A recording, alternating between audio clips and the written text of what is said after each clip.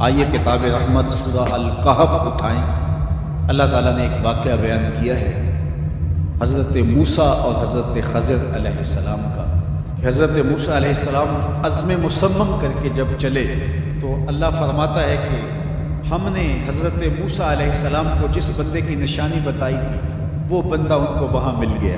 سفید چادر اوڑے حضرت خضر علیہ السلام وہاں لیٹے ہوئے تھے، تو یہ جا کے ان کے پاس کھڑے ہو گئے کہ حضرت میں آپ کی خدمت میں اس لیے آیا ہوں کہ اللہ نے آپ کو جو خصوصی علم عطا کیے ہیں میں ان کو سیکھنے کی غرض سے آپ کی چوکھٹ پہ آیا۔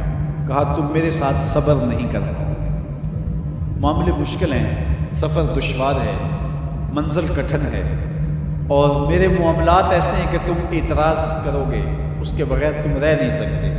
حضرت موسیٰ علیہ السلام نے کہا کہ اگر اللہ نے چاہا تو آپ دیکھیں گے میں صبر کروں گا اور آپ کے کسی حکم کی کسی کام کی میں نافرمانی نہیں کروں گا، کسی کام کا انکار نہیں کروں گا۔ کہا کہ اچھا شرط یہ ہے کہ جو میں کروں اس پر تم اعتراض نہیں کرو گے، سوال نہیں کرو گے، یہاں تک کہ میں خود ہی نہ بتاؤں۔ تو کہا کہ یہ شرط ٹھہری، میں کوئی بات نہیں کروں۔ فانطلقا، دونوں چل پڑے، دریا کے پار جانا تھا۔ جو کشتی کا مالک تھا، کشتی باندھ تھا، وہ حضرت خضر علیہ السلام کو جانتا تھا تو اس نے کرایہ بھی نہیں دیا، لیکن جب کشتی پر سوار ہوئے تو عصا مار کے حضرت خضر علیہ السلام نے کشتی کا ایک پھٹا توڑ دیا۔ تو بے ساختہ حضرت موسیٰ علیہ السلام نے کہا آپ نے پھٹا توڑ دیا، یہ سارے ڈوب جائیں؟ کہا میں نے کہا تھا نا تم میرے کاموں پہ صبر نہیں کر پاؤ۔ تو حضرت موسیٰ کو یاد آیا، کہا میں بھول گیا تھا، اس پر مواخذہ نہ کیجیے۔ پھر دونوں چل پڑے، بچے کھیل رہے تھے، ایک خوبصورت لڑکا وہ بھی بچوں میں کھیل رہا تھا۔ حضرت خضر آگے بڑھے اور اس کی گردن مروڑ دی، اس کو قتل کر دیا۔ صاحب شریعت تھے حضرت موسیٰ علیہ السلام، نہ رہ سکے، پھر بول پڑے ایک جان کو بغیر کسی جان کے بدلے میں قتل کر دیا، اس نے گوایا کیا تھا ہمارا؟ آپ نے بہت ہی جو ہے وہ غلط کام کیا، یہ کام اچھا نہیں کیا آپ نے۔ کہا میں نے کہا نہیں تھا کہ تم میرے ساتھ صبر نہیں کر پاؤ۔ کہا ایک موقع اور دے دیجیے، اب اگر میں نے کوئی اعتراض اٹھایا تو پھر دوبارہ مجھے آپ اپنی صحبت میں نہ رکھیے، عذر تمام ہو جائے گا۔ پھر دونوں چل پڑے، یہاں تک کہ ایک بستی میں دونوں آئے تو آپ نے بستی والوں سے کہا کہ ہم مہمان ہیں، آپ ہماری مہمان نوازی کیجیے، کھانا کھلائیے۔ تو انہوں نے انکار کر دیا، کہا کہ ہم تو آپ کو بلایا نہیں، آپ خود آئے، آپ اپنے کھانے کا خود انتظام کیجیے۔ گزر رہے تھے گلی سے تو ایک دیوار گرنا چاہ رہی تھی، تو جلدی سے اس دیوار کو مرمت کر دیا۔ کہا حضرت ہم اگر چاہتے تو اس پہ اجر لے سکتے تھے، انہوں نے ہمیں کھانا تک نہیں دیا اور ہم ان کی دیواریں سیدھی کر رہے ہیں۔ کہا اب تمہاری میری جدائی ہو گئی، تم نے یہ بھی اعتراض کر دیا۔ انہیں یاد آیا کہ وہ یہ بھی اعتراض ہو گیا۔ اب میں تمہیں بتاتا ہوں کہ یہ 3 کام میں نے کیوں کیے۔